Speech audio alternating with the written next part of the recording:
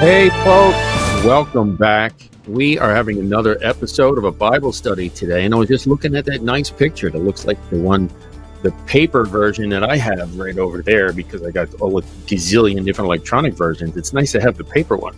So I was just admiring that as we started. Anyway, today we are still in Genesis, and we're going to talk about verse 4 and maybe tackle a little verse 5. They kind of combine, so that's a lot of fun. And as always, we have J.D. Williams with us, our co-host. J.D., welcome. Thank you, David. And, I'm going to give it to you pretty much exclusive today. I do want to remind people that in the next show, we're going to get back to answering some questions and comments about the rapture of the church. And I think we got into a really good discussion in our last show about that. So I'm looking forward to the next show. But in the meantime, this is the weekly comprehensive Bible study with Mr. David Paxton. And David, I am ready to be educated. So have at it, sir. You're up. Well, hopefully I can make it work. Okay. You will. So here we go. Let's bring this up again in Genesis chapter 1. In the beginning, God created the heaven and the earth. The earth was without form and void. Darkness was upon the face of the deep, and the Spirit of God moved upon the face of the waters. We talked a lot about that. And God said, "Let there be light." And there was light. And God saw the light, that it was good, and divided the light from the darkness. We talked about that a lot too. And in verse 5, and God called the light day, and the darkness he called night. Okay, so there's actually an awful lot in there, JD. I didn't know at first. I was like, okay, this is just, okay, that's the beginning, and this is how he made the days, you know? And then we think, okay, the evening was first, and the morning was first, and the morning was after that. Turns out it's not exactly really what it means. That's just kind of the translation. Right. So let me see if I can bring over a literal translation and see if it'll help a little bit. Okay. So in verse 3, it says, "And God saith, Let light be, and light is. And God seeth the light, that it is good, and God separate between the light and the darkness." So that's a little bit different. He separated between the two. "And God calleth to the light day, and the darkness he had called night. And there is an evening, and there is a morning, day one." So that's Young's literal translation. It has a little bit different. He said he called to the day. Right. Oh, that's interesting. And that word day in the Hebrew is yom. Yom. All right. And every single time that it has a number attached to it, it's a 24-hour day. So what are we talking about? The light here. And then why is the darkness called night? So that's what we kind of tend to think is, or when it's light out, it's day. And then when it gets dark, it's night. So there's a lot of nuances to it. It's really wild. So I wanted to get into that a little bit today. Okay. What do you think? I think it's a good idea. Yeah, go ahead. Oh, okay. So let's just tap into the words a little bit, and then I want to talk about the current Hebrew calendar that is around today. I want to talk about where that came from, how it got to be, and the Essene calendar, which compares to the Enochian calendar quite readily, and some of the similarities between the Enoch calendar and also the Essenes and the early church. You're going to find some interesting things. Can you give a little bit on that, on the differences between the two? And well, the Essenes, that's probably a good idea. So we see light and dark. Now, during the Maccabean period, remember the Maccabees? No, I don't. Oh, okay. So that's where we get Hanukkah from. Okay. Basically, the Maccabee, it means hammer. So there was this, the Antiochus Epiphanes was kind of destroying the temple and all that precursor to the prophecy stuff we teach today. And the hammers came, and they're like, "We ain't playing this." Okay. So I don't know if that translates well, but we are not going to allow this. Okay. So they're called the hammer, and they come in and basically beat up the bad guys and took back the temple. And then they rededicated the temple, which why Hanukkah is called like a rededication time. and it had the Festival of Lights. And as the legend goes, they only had enough oil for one day, but it lasted the entire 8 days that they needed to rededicate the temple. Ain't that so? Something? Yeah, and that the stories in First and Second Maccabees. Okay. Now, at that time period is when some of the different sects, SECT, so different sectarians of the Judaic religion came. And the Pharisees were basically, well, we believe in the oral Torah. Okay. And they kind of had Babylonian overtones to it. All right. In other words, we believe what our fathers say, which is exactly what Jesus said. They had, you believe in the traditions of men. And that's what the oral Torah is. It's just some of the wisdom that was passed down when we don't really believe it was wisdom. And that's exactly what Jesus was criticizing, where the Essenes, Essene means healer. But the Essenes are like, no. We have to stick with what's written. Okay. So a lot of things came out of this. They separated at that time. Eventually the Sadducees came along and they didn't even believe in a resurrection or anything. And that's why they were sad, you see. Sadducees. Okay.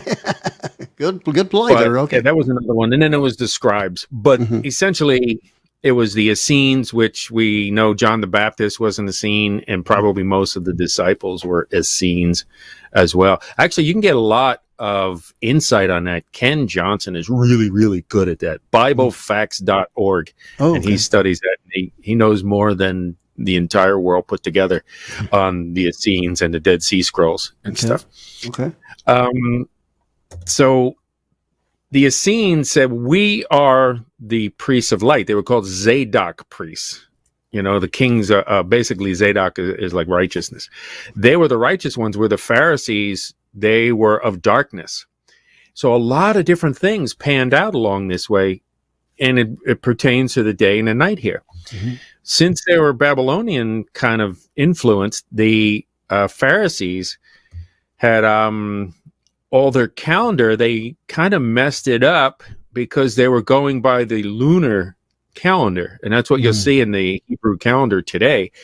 It's going by lunar, whereas the Essene and Enoch calendars were based in the sun or light. So they call themselves the followers of light, where the Pharisees, they call them followers of darkness. One of the reasons was their, lunar-based calendar, which they felt was heretical.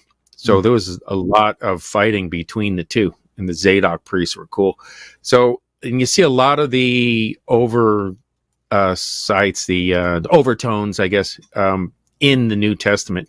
Like when Jesus said, hey, when John the Baptist was like in prison, he says, are you the one? We're going to look for another. He said to the disciples, he said, tell John, the blind see, the deaf hear. But then he goes into the dead are raised, which is not in the Old Testament, but it is an Essene doctrine.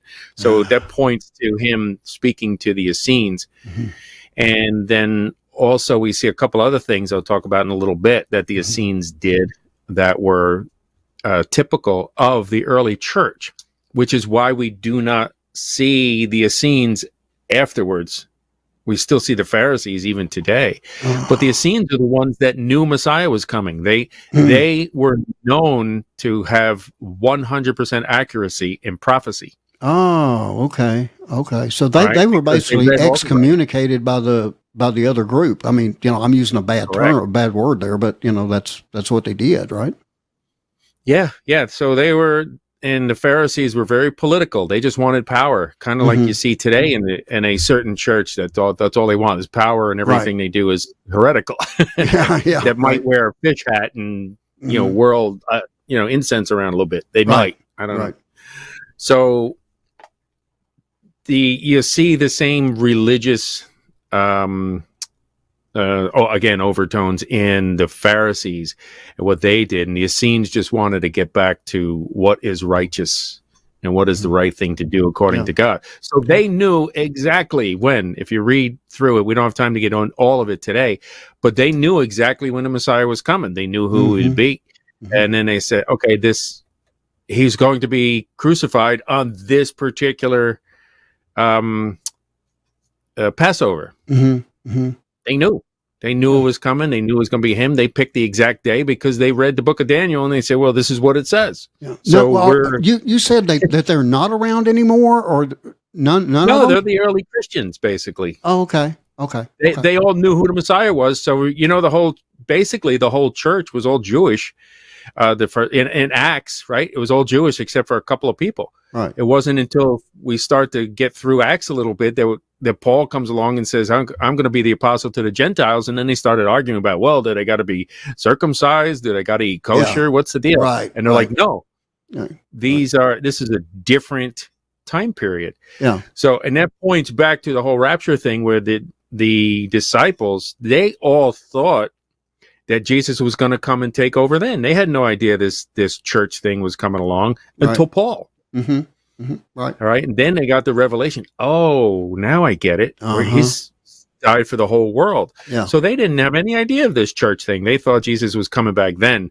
So we still see those same pictures today. Some of the verses that Jesus actually spoke was literally written for the Jews, right, and not for the ecclesia until that time. He hinted at it, but they didn't really understand until the book of Acts. Okay. Really. Okay. And the whole kosher laws they asked about, and he says, just no fornication, don't eat things with blood in it, and don't lie to people. Love your neighbor as yourself. Yeah. Okay. Just the basics, man. Yeah. Right. So the whole reason for this whole story is because it shows the difference between the light and the dark and day and night. And I want to point out something in Acts chapter 2. But actually, let's back up a little bit. But you can open that up for later. Okay. He said, God called the light day, and the darkness he called night. Okay, so we looked at the word called to the light day, and that is the word yom. So we see yom, and it literally means to be hot, whether literal from sunrise to sunset or from one sunset to the next. Okay. Or figurative, a time, like we would say, hey, in my day, it was it. So, but whenever it has a number attached to it, it was always a 24-hour day. Okay. When they used it in Acts, it says in the third hour of the day, it's literally the morning. Right. In third hour. So that would mean like 9 a.m. And so, here it is. He called the light day, and the darkness he called night. And night has a different implication. It's the word Lail. And you ever hear of the evil night spirit Lilith? No, didn't ring a bell. Okay. Well, there is Gnostic teachings that Adam's first wife was called Lilith, and she was bad, so he had to make another wife called Eve. Are you serious? Yeah. It's a lot of crap. Okay. This is some of the pagan stuff, but there's some people that still want to believe that today. Okay. But her name was Lilith, which was named after this Lael, and properly to twist away from the light. So night means to twist away from the light. Okay. So even though it says the evening and the morning were the first day, we'll get into that in a second. It's clearly that there was light because God said, let there be light, and there was light. Right. It's a twisting away from the light. And the Essenes take this as, because of their solar calendar, it's based on the sun and the moves around the sun and all the stars, by the way. So we'll get into that in another show, but we're going to talk about the Mazzaroth as well. And there's 12 signs in the stars, and each one of them has the main constellation and 3 other constellations. It's pretty wild. The whole story of the gospel is written in the stars. We'll get that in the day 4. Okay. Okay. Which might be a little bit. I don't know.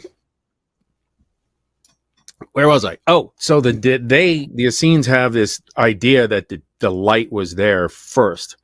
So they actually start their calendar with the day. Okay. Okay, so when the sun is starting to come up, that's their daytime. Okay. You know, we do the Gregorian calendar. We have a midnight thing, so they kind of cut it in half, maybe to make everybody happy. Who knows? But they actually started their day when the sun came up. Okay. And they made fun of the Pharisees for starting their day when the sun went down. Yeah. Okay. Because they're like, okay, that's your day is the darkness. Our day is the light. I take it these two away. Groups didn't like each other, right? They did not. Okay. Which is one of the reasons they kind of went after John the Baptist and Jesus, because he was kind of on their side. Yeah. Okay. That makes sense. You know, so there's so many things that are tied to that. But their calendar, so the Jewish calendar today, most people don't realize this. It's not the ancient Hebrew calendar. Right. Right. It's not. They are Maimonides, not Nachmanides, but Maimonides. Somewhere around 900 was actually the final kind of structure of today's Hebrew calendar, and it's kind of weird because they had to go back and change it. They're like, "Oh, the Messiah never came when he was supposed to." So when Jesus was a little boy, they're like, "The Messiah didn't come," and they like missed it completely, which is why I said, you didn't know your day. That's what Jesus said. You didn't even know this thy day. And therefore you won't see me again until you say, blessed is he who comes in the name of the Lord. And so it has to go back to Israel centric. So Israel can say those things. And that's why we need a 7-year tribulation in which the church is not here. Right. So he talks about that. You didn't know your day and they missed it. So they changed the time on the calendar. So they say, oh, we must have got the calendar wrong. Not, hey, I was wrong and I missed the Messiah, but, oh, let's change the calendar around. So the Hebrew calendar today is many years off. It's 100 and something, I think 185. I forget exactly, but in 2075 will be the Essene calendar of 6,000 years of Earth history, 2075. So, and they have it at 57 something. So it's a couple hundred years off. Yeah. Okay.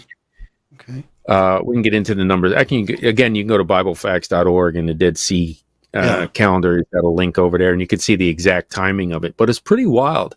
Okay. So they also since the current Hebrew calendar is based on the night and the lunar modules, all their days are way off. Did you ever see how sometimes Hanukkah is like, by Thanksgiving, and then sometimes it's in January or something? Yeah. They add a month every once in a while to make up for, like, we have a leap year because, it's 365 and a quarter days is the exact orbit. Right. And just slightly less than that. But what they do is they just go by the month.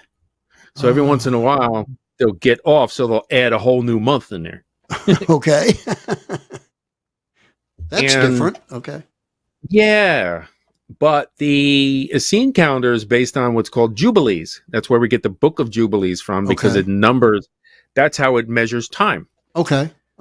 Jubilee is at 50 years. And then there's a ketubah kind of thing in the middle. So 7 times 7 is 49, and then that one filler year called the Jubilee year. And then 7 times 7 is 49, the Jubilee year. So we're at 120 Jubilees, which brings us to 6,000 years at the end of 2075. So we're actually we're at 119 next year in 2025. Okay. Yes, and then 50 years from that is 2075. Okay. So between now, in this last Jubilee, now they called each Jubilee a generation. Oh. Isn't that interesting? Yes. And because he says the generation, right, that sees it. So now we're heading into the final generation that will see Israel become a nation again. Everything. Yeah. Yeah.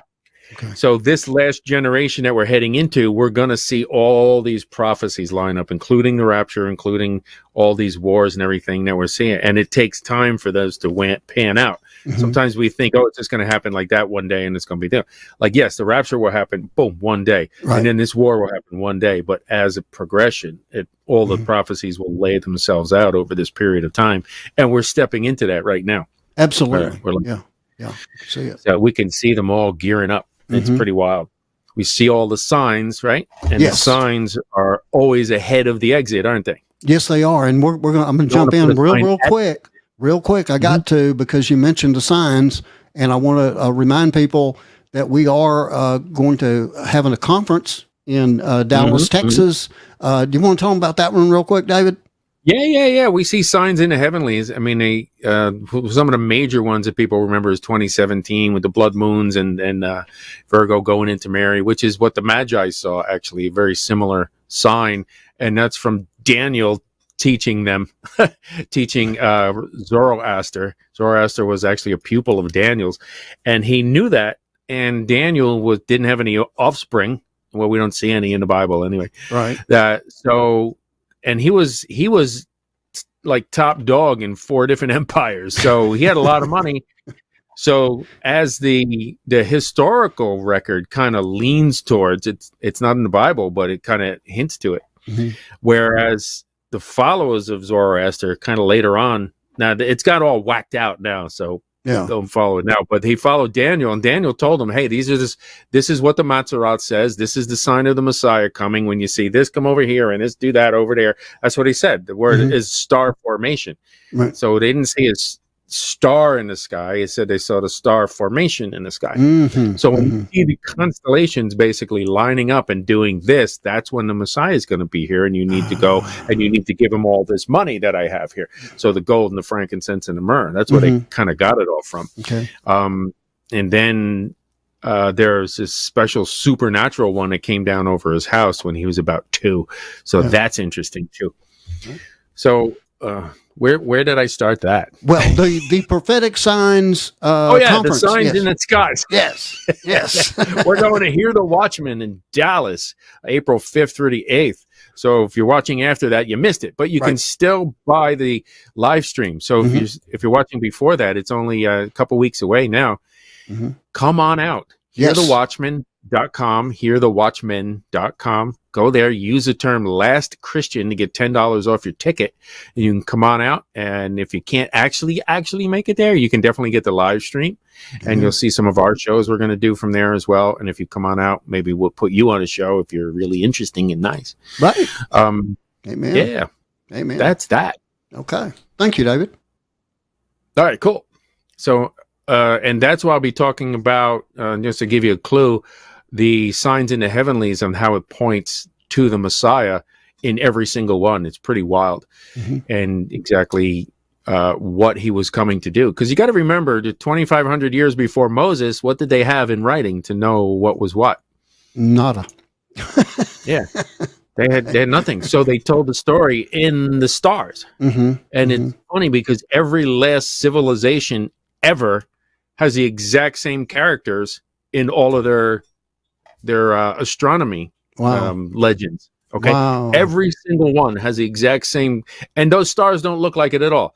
Virgo does not look like, a person, let alone a woman that's a virgin. Right. But the stars, each star within the constellation is named and numbered according to its brightness, and it tells the story of it. So we're going to get into that when I'm there, and how each one tells the story, and that's how you can see that. And the pictures were to remind people of it. And then it was corrupted when Babylon came out. They said, well, this isn't about God, this is about you and your life, which is what the devil does. You'll be like gods. Yeah, right. And we'll talk about the Tower of Babel didn't necessarily mean go up into the heavens. It was a representation of the heavens. Okay. So it wasn't really like crazy super tall, like they said. It was just trying to lay out the heavens so they can use it for their spooky stuff, like a big Ouija board or something. I don't know. So, but back to the Essenes and the day and night here. The Essenes created their calendar. They kind of actually just adopted Enoch's calendar, and for a couple of reasons. Number one, because it was starting in the day, and they thoroughly believe that, and because it's divisible by 7. It's 364 days. They are 12 months of 30 days, which is 360. And then every equinox, there was an extra day called a ketufa, and they would just shove it in between the months. So we see in the spring, there was this spring equinox, and they'd shove a day in there as a ketufa, and it was a day for them to gather together, to break bread, to drink wine, to repent, to tell stories of the glory of God. Does this sound familiar? Yes. Yes. It sounds like the Last Supper. Yeah. As often as you get together, do this. Yeah. Okay. Because that was a foretelling of the Messiah to come. And this is what we do. And our Thanksgiving is reminiscent of what they used to do back then on the ketufas, which is every 3 months and then one day. So wound up now that we'll get into that, the 7-day pattern that's in there.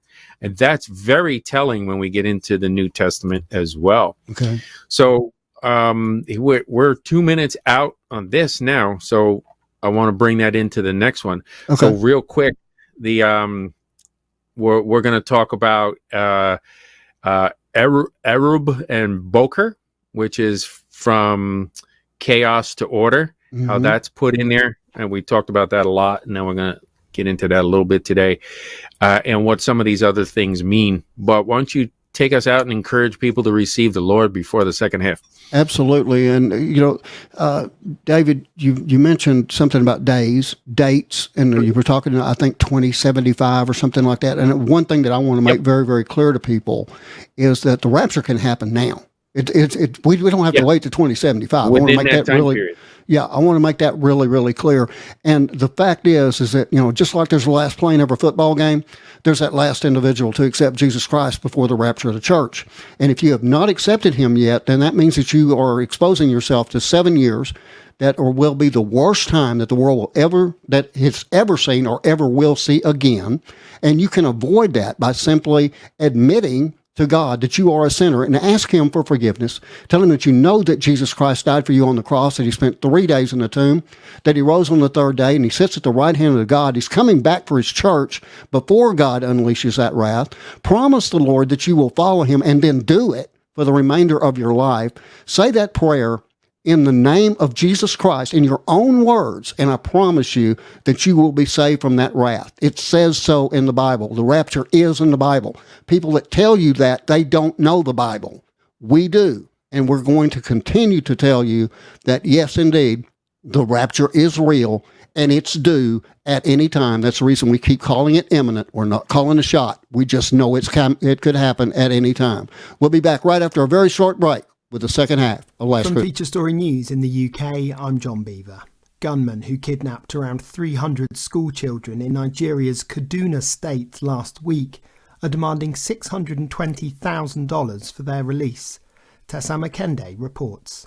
The gunmen, locally called bandits, made the request through a phone call to parents of the children. They have also given them a 20-day ultimatum to make the payment, failure of which the students will be killed. Last week's kidnapping incident is just one out of several in the country by gunmen who have made the act an enterprise. On Monday, about 60 other people were kidnapped in the state. Nigeria's President Bola Tinubu has ordered security agencies in the country to secure the release of all hostages. He also says no dime will be paid to the gunmen, in line with the country's policy of not paying ransom to kidnappers. Denmark has announced it will extend military conscription to include women for the first time. The announcement comes as Europe grows increasingly concerned about Russia's military manoeuvring along NATO's borders. Trent Murray reports. The Danish government says the decision to extend conscription to women is part of a plan to expand defence programs to meet NATO targets, with funding also increased by an extra $6 billion over the next 5 years. The standard service time for all troops will also be extended from 4 to 11 months. The country's Prime Minister said, quote, "We do not rearm because we want war, we are rearming because we want to avoid it," end quote. Denmark is now the third European nation to include women in its draft, following its neighbours Norway and Sweden. China's top diplomat, Foreign Minister Wang Yi, will visit Australia next week in a sign of a further thaw in relations after years of tension. It comes as China is reportedly considering removing tariffs on Australian wine, raising hopes that nearly 3 years of stiff duties will end. Dutch politician Geert Wilders says he will not become the Netherlands' next Prime Minister. His party won the most seats in the national elections last year, although it did not secure a majority, as Ishan Gerg reports. In a social media post, Geert Wilders says he will not become the Netherlands' next Prime Minister because his coalition partners do not support him.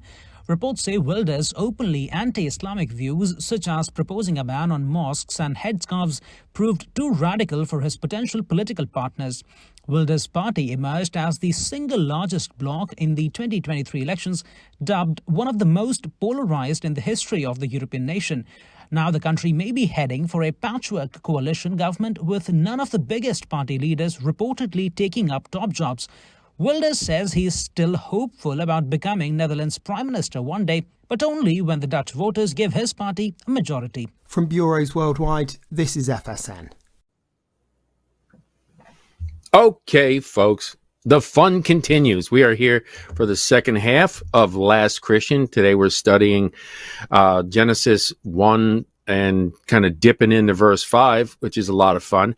And since we dipped into verse 5, we got into the difference between the current Hebrew calendar and the Pharisaical one, and something known as the Enoch calendar, and which the Essenes kind of use as well, which is based on jubilees and unas and stuff like that.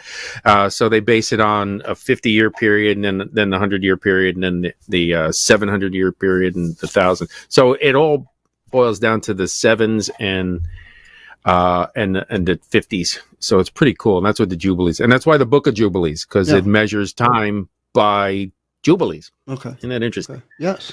So before you get your panties in a bunch, okay, we understand that there are a set of books that God said you will read these. These are the basics. Here is your main set of books that you need to do. Okay. And thus what we call the 66 books of the Bible today, or canon, they call it too. But he also said there are other books. If you're learned and you want to learn more information about this stuff, there are some other books as well. Right. So Enoch itself even said this book is for the terminal generation, the one at the very end of the 6,000 years, basically, is what he's saying.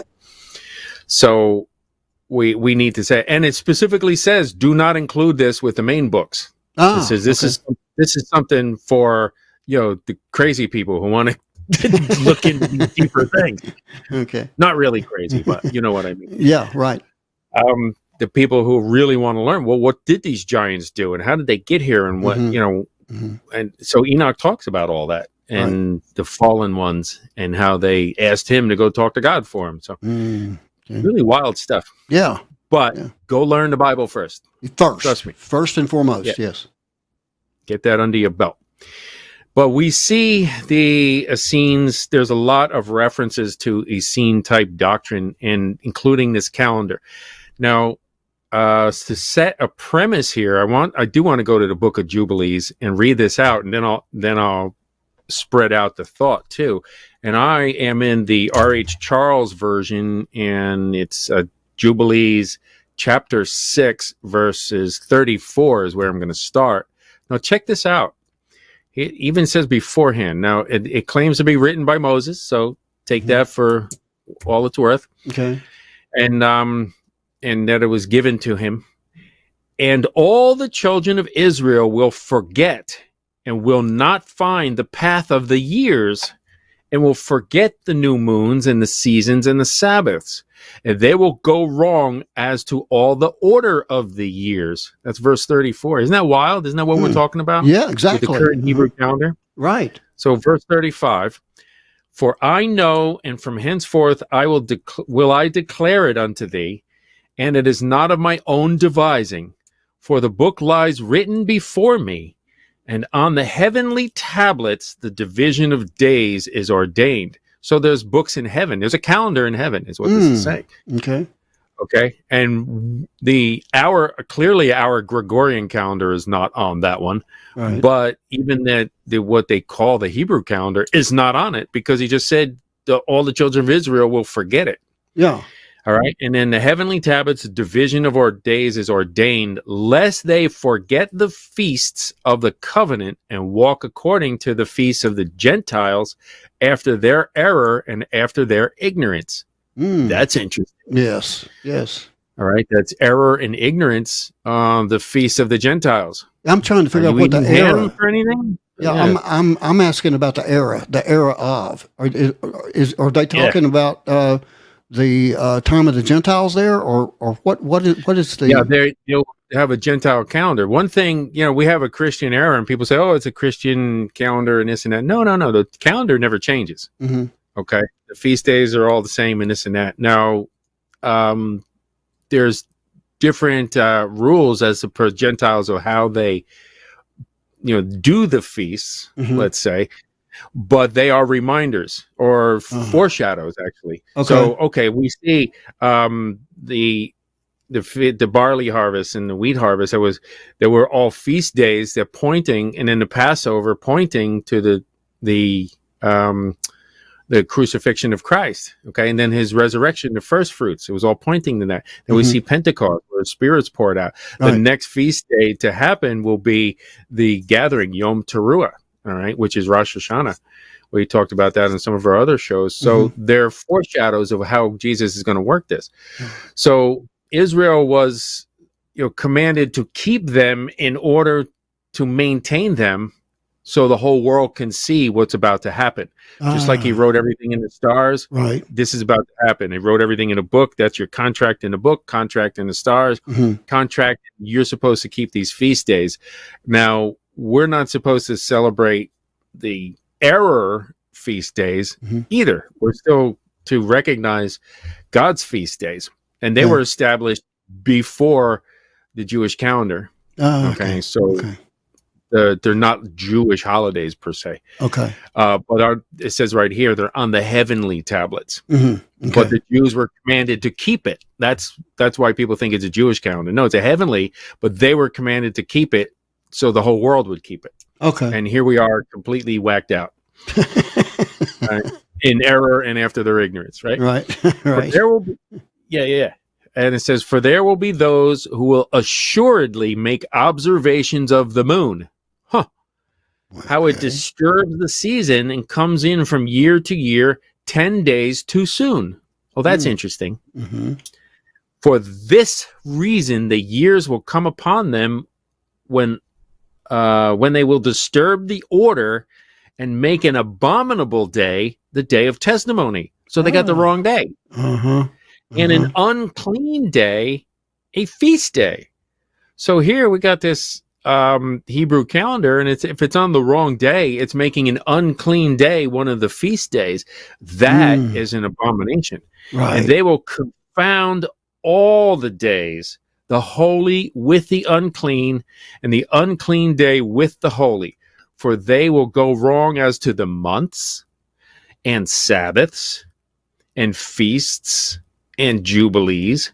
So that their calendar is all off, all of it. Yeah. For this reason, I command and testify to thee, that thou mayest testify to them. For after thy death, thy children will disturb them, so that they will not make the year 364 days only. And for this reason, they will go wrong as to the new moons and seasons and Sabbaths and festivals, and they will eat all kinds of blood with all kinds of flesh. That's really interesting. Yeah, because I don't even know where to start. Well, let's start in Daniel. Remember that guy? Yep, sure do.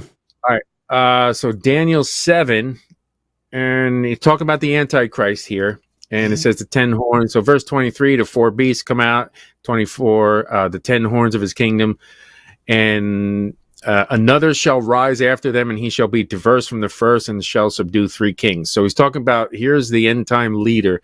And he shall speak great words against the Most High, and shall wear out the saints of the Most High, and think to change times and laws. Interesting. And they shall be given into his hand times, and half a times. So this is his goal. The Antichrist's goal is to change times and laws. And that's what he's talking about, the feast days. He's changing the calendar. Mm-hmm. So we know this is an Antichrist spirit that gave this fake calendar. Okay. Cool, right? Yeah.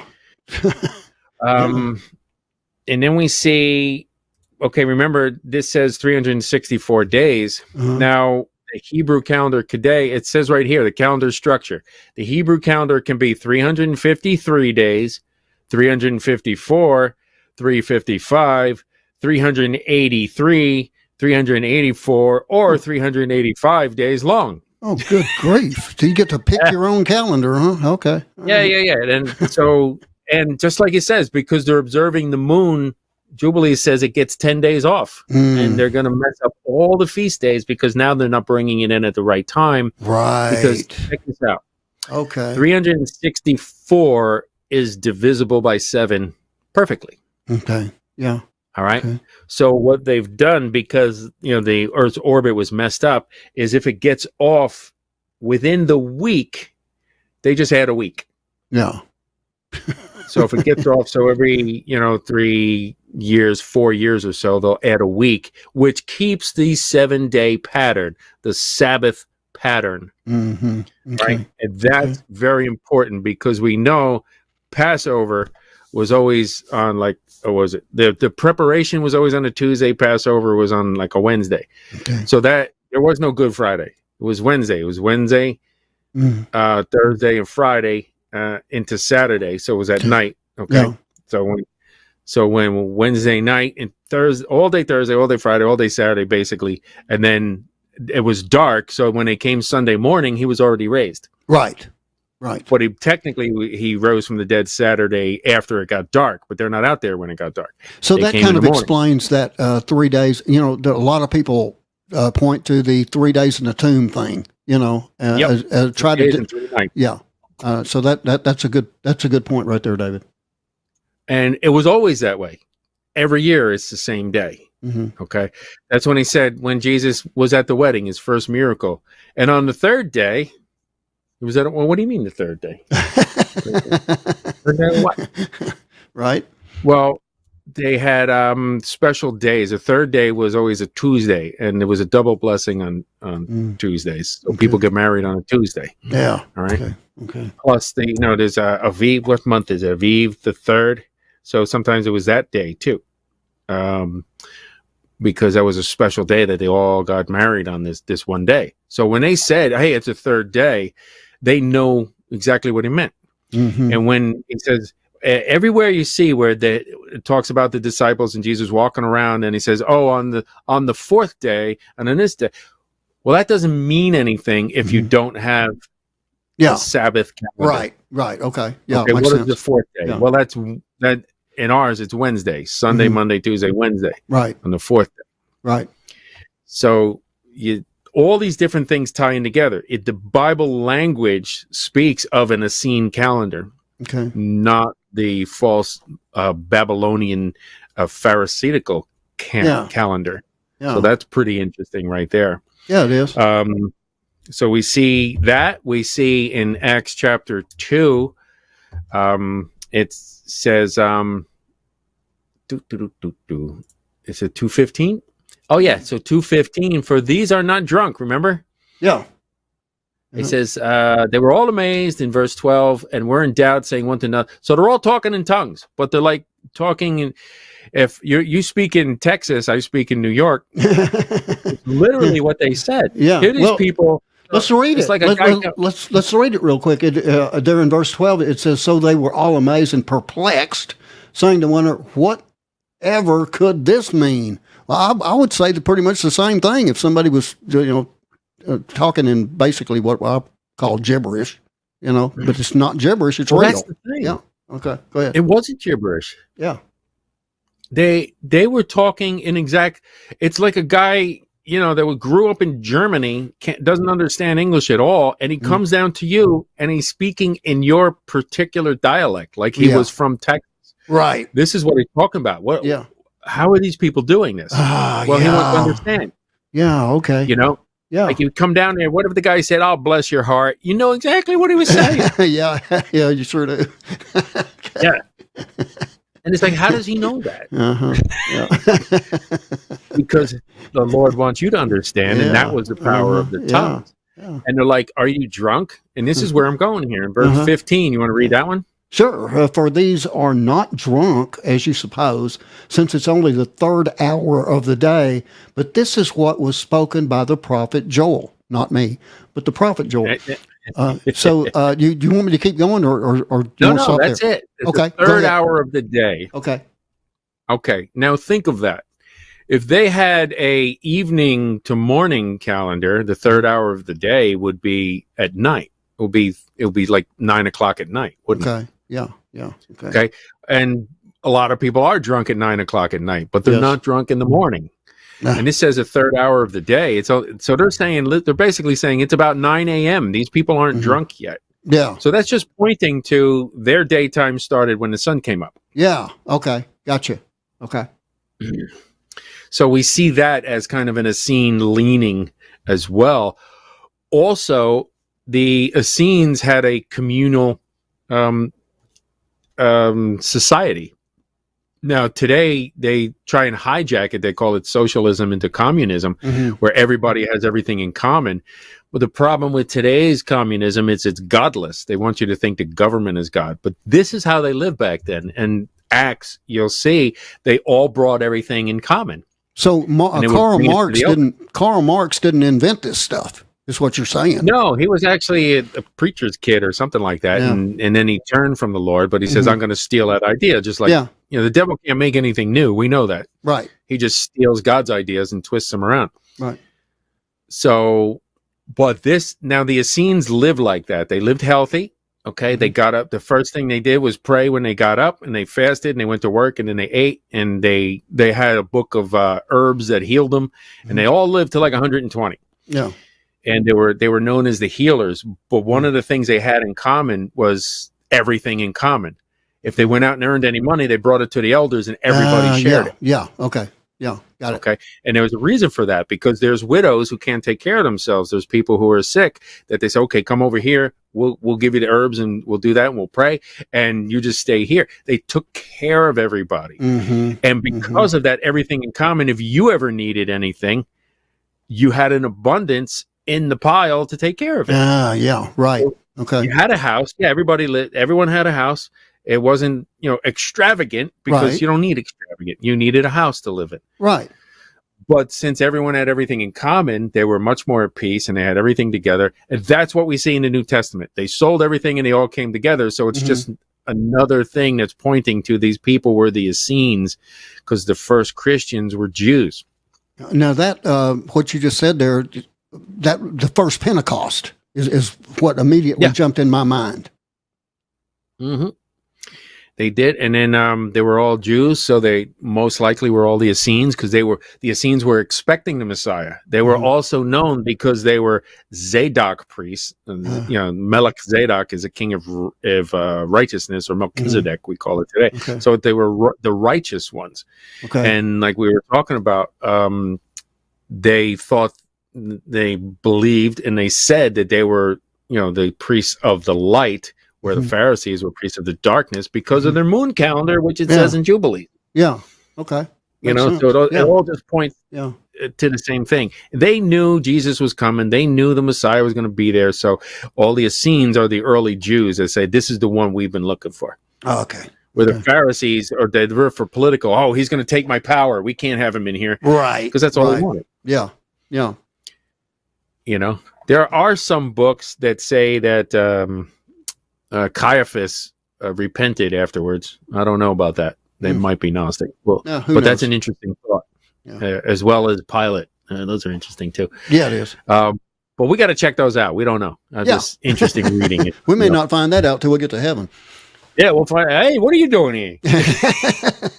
Right. And where's Bill? Yeah, it says that you're gonna see people that you didn't expect to see, and won't see people that you did. Yep. So they knew he was coming. They set up the whole shebang here with their community, and they basically had the light and the darkness. So we talk about the calendar there, and I think let me see. Why is a day here? We'll go Enoch. Yeah, that's that. Then a year becomes truly according to the station of the moons.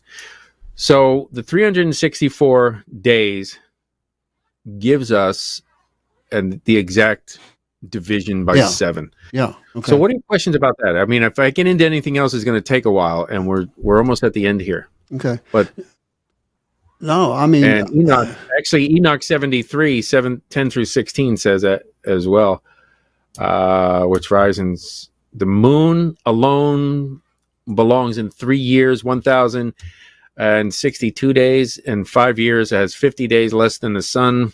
So he's talking about all the calculations for an addition being made in 1,062 days. 5 years are the 1,770 days. So we see a lot of the prophecies in here too, like that. Yeah. And the days in the moon, 8 years are 2,832 days.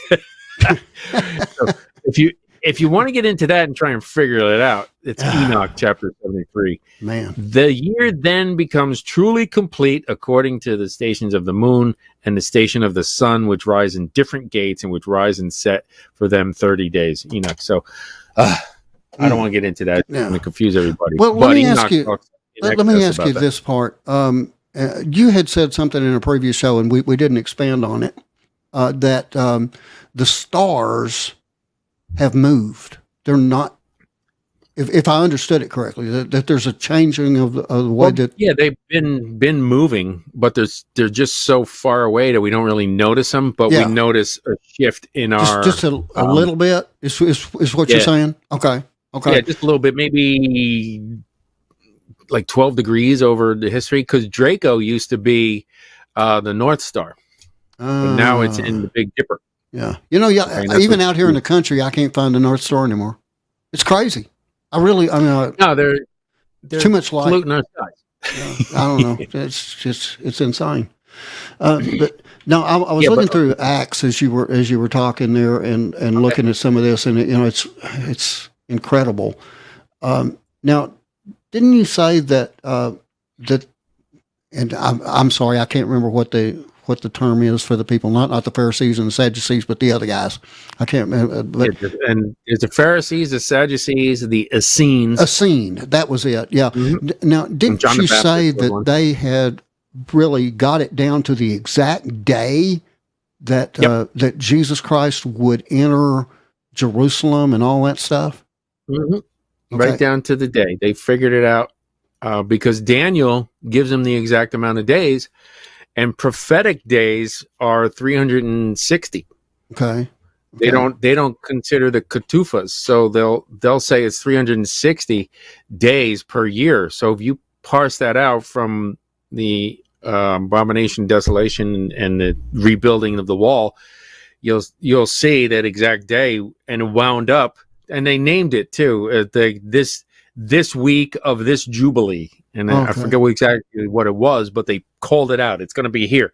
This is going to be the Passover that the Messiah comes in, and it's going to be like that week beforehand when he rides in. Yeah. The Messiah Nahid, so Messiah, the King. Yeah, basically. Yeah. Well, Mashiach okay. Nahid. So getting again with this, multiple calendar thing. And you'd gone over. You could have this one or this one or this one or this one. It was like a multiple choice type deal. Yep. Would that in some way play into the time of the rapture of the church, the end of the age? Not the rapture of the church, but the end of the age. Would that play in there? Is that a reason why?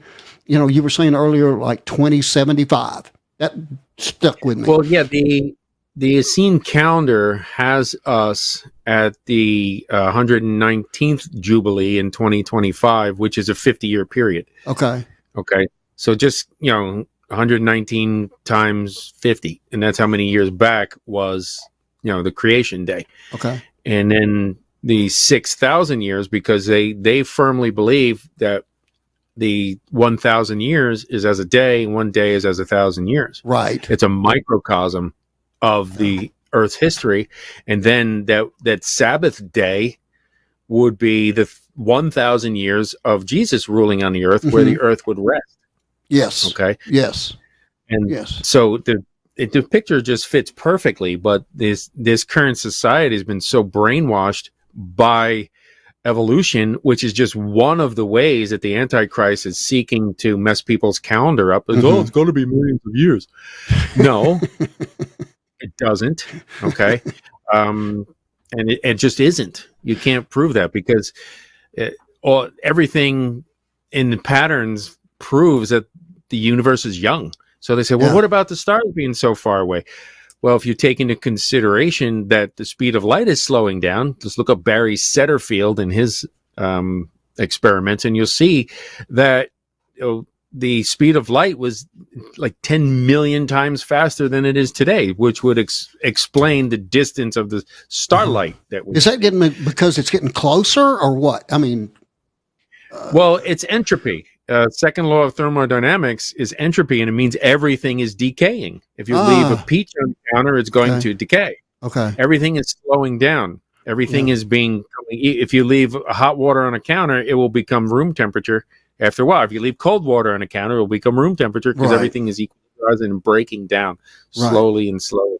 If you leave metal out, it will break down and turn to dust soon. And so what they didn't, like Einstein said, there can't be a constant in the universe, but light's a constant. What he didn't realize that it's not a constant.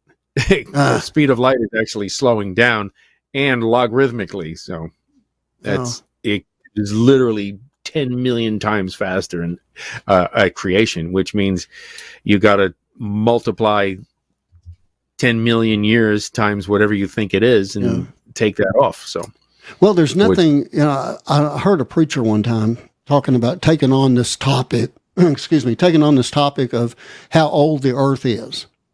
And now his explanation was not near as good as yours, David. Okay. But it still makes sense. And that is, God can make anything look whatever age he wants it to, period. Well, it has maturity. Yeah. Yeah. So I mean, Adam was made as a fully grown man. He wasn't made as a baby and you had to bring him up. Right. We talked about that in another show too. Did Adam and Eve have a belly button? Nope. They did not. They did not. I mean, things like that. The chicken and the egg. I'm going completely secular there, but I guarantee you the chicken was first. I'll answer that question for you. Yep. And anyway, we are getting down here to the end of the show. And again, David has provided a great study. This is done every midweek.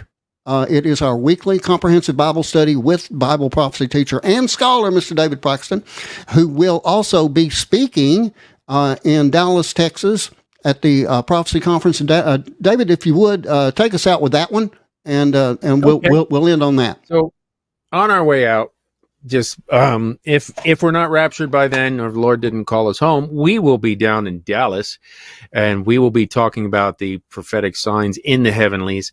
One of them is going to be the Mazzaroth that we're going to talk about here, but you'll love all the speakers that are down there. Joel and I will be there as well. You can go to hearthewatchmen.com, and get your tickets. You can use the term last Christian, one word, and you can get $10 off your ticket. And if you can't make it there in person, be sure to get the live stream and then reach out to us. Send me an email at thehiddenday@protonmail.com. Let us know that you're watching and see if you'd like us to interview anybody. Now remember, either the rapture or you're going home is imminent. Yes. Okay. And you want to make sure that you know the Lord before he comes back or before he calls you home. So, Lord willing, we will see you next time if we're still here on Last Christian. So you guys have a blessed day. Fentanyl is killing people. It's a powerful opioid, often made illegally and commonly mixed. Thanks again for joining us today for the Last Christian Radio Show. And be sure to tune in every Tuesday, Thursday, and Saturday right here and at www.lastchristian.net. Until the trumpet sounds.